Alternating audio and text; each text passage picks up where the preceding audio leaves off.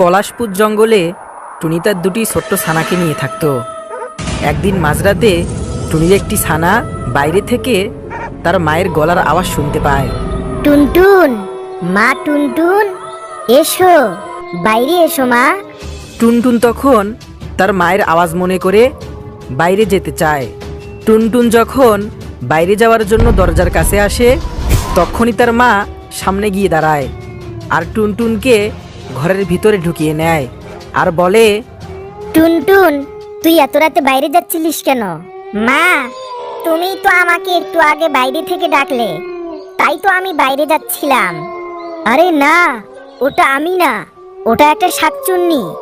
ওই দেখ, গাছের ডালে বসে আছে। প্রতিদিন মাঝরাতে সবাইকে এরকম করে ডাকে, আর তার ডাক শুনে যারা বাইরে বের হয় তাদেরকে খেয়ে ফেলে। আরে এটা আবার কি? কই গিয়ে দেখি তো। বাবা বাবা বাঁচাও! আরে ওটা জিয়ান? হ্যাঁ, ওটা জিয়ান তো। চল তো গিয়ে দেখি। আরে ওইটাই দেখে ভয় পেল না? হ্যাঁ, ওটাই তো। আরে বাবা রে বাবা! আরে কি হলো, কি তোরা লুকাচ্ছিস কেন? এই কি হলো? আঙ্কেল আঙ্কেল ওখানে ওখানে ওখানে। হ্যাঁ, ওখানে কি হয়েছে? চল তো গিয়ে দেখি। এই এটাই তো। হ্যাঁ হ্যাঁ এটাই।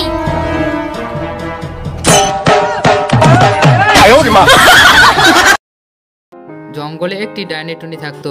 সে প্রতি রাতে জঙ্গলে ঘুরতে যেত আর যত ছোট ছোট পাখি পেত তাদেরকে এনে খেয়ে নিত। আর এই জন্যই জঙ্গলের সব পাখিরা ভয়ে ভয়ে থাকতো। বন্ধুরা, এভাবে চলতে থাকলে আমরা তো পাগল হয়ে যাব।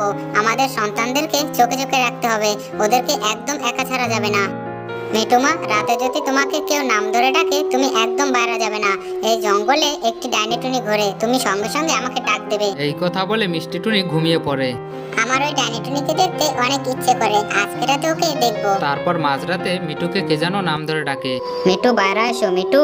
আরে এত রাতে আবার কে আমাকে ডাকে? যাই যে দেখি। তখন মিটু তার মাকে না জানিয়ে বাইরে চলে যায় আর সে দেখতে পায় সেই ডাইনি টুনি। আমি জানতাম তুই আসবি, এখন তোকে আমি মজা করে খাবো।